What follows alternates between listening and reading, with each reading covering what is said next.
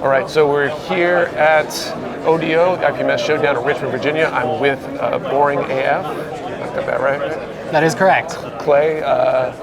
So how's the show going for you so far? Show's going great. Good. A lot of good work on display. Really big show. Very impressive. A lot of stuff going on. Really glad to be here. Cool. And Clay's not local. You're from Colorado, right? Yeah, Golden, Colorado. So you flew out here? I've been in the car for 25 hours. Oh. I feel like I was flying for, instead of a 9-hour drive or whatever it would have been. It's not so bad. A couple of audiobooks in the tank, so. Nice. So what got you to commit to a 20-something hour drive out here? Because that's obviously it's not like an hour and a half like some of the other people that have a far drive to go to get here. Why are you here? Well, I had some free time, and I interact with quite a few local guys on Instagram. Figured I'd come on down, see what it's all about. It's supposed to be a very good show, and so far it's living up to the reputation. Cool. So what did you bring with you? What do you got? I've brought a couple of HG scale gunpla and a small collection of 135th scale Machine and Krieger stuff. Okay. 2 flying suits, a ground suit, and a small diorama. Okay. Cool. So since I haven't talked to anybody else that's done Ma.K yet at the show this year,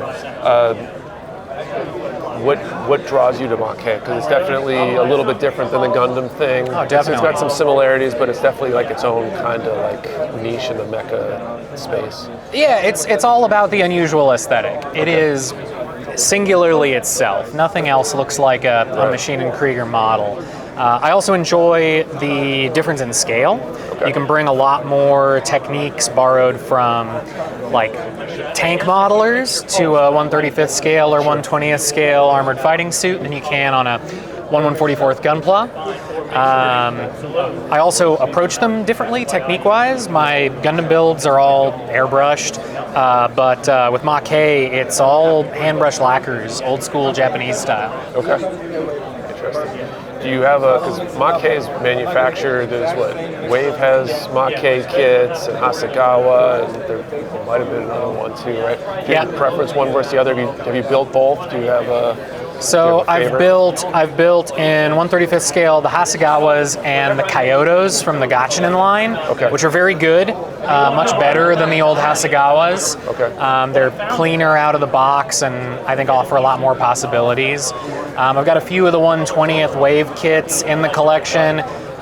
Those have not been built yet, and then a couple of re-released old Nitto mold kits now under the Wave label. Okay. So you said you haven't built any of the Wave yet? So I've not built the Wave. Compare those because No. I know we've got or had a Wave one, I think, and we definitely had some of the Hasegawas. So I'm just kind of interested in those in general. And generally, those are all you got to glue them; they're not snap and all that kind of stuff. Yeah, the Hasegawas especially are a lot more like aircraft. 2 halves, big seam right down the middle. So you got to be prepared to cement and sand and check the surface and make sure everything's all aligned. The Kyotos are, I think, molded a little more smartly, so less nasty seams. Okay. You feel like anything that you've learned doing that, you've been able to bring back to the gunpla side of things? Like, is there? Oh, definitely. Being able to learn from the armored fighting vehicle guys, apply that to the Machine and Krieger stuff, and then figure out how to scale that down for gunpla work. Sure. It's been a great learning experience. I feel like I've learned a lot more from non-gunpla modelers than from other gunpla modelers. Yeah, well, it's definitely in the U.S. at least, is probably a much deeper wealth of experience just because you walk around the show and some of these guys have been doing the tanks and planes for 20 plus years. Oh, definitely. There's so much tradition. There's less of those gunpla guys that have been around for 20 years for sure. Yep. And the gunpla community, unfortunately, is often a little bit insular with techniques. People tend to stick to one thing and do it over and over again. I think that a diversity of methods and materials can benefit us all. Sure. Are there any resources in that tank plane world that you would recommend that would be a good place for someone to look if they're watching this and like definitely there's a ton of people on YouTube that are worth looking at. In the tank world, of course, you got Night Shift, who's very popular. He does fantastic work with weathering and with terrain. Lincoln Wright at Paint on Plastic on YouTube and Instagram. Got his book. He is the guy when it comes to hand painting lacquers. Have learned a ton from watching his stuff. And then there's a whole smattering of YouTube channels with planes and ships and the like that I watch as well, but I can't conjure any off the top of my head. No worries. No worries. Cool. So you've obviously been here for a while now. It's getting into the afternoon. Anything that you've seen so far that's particularly like that's the one to beat, or like just particularly interesting because it's different in some way, or? The general quality of everything on display for competition is really high. A lot of good modeling work on the tables. There's the large scale bust over here, which is really nice.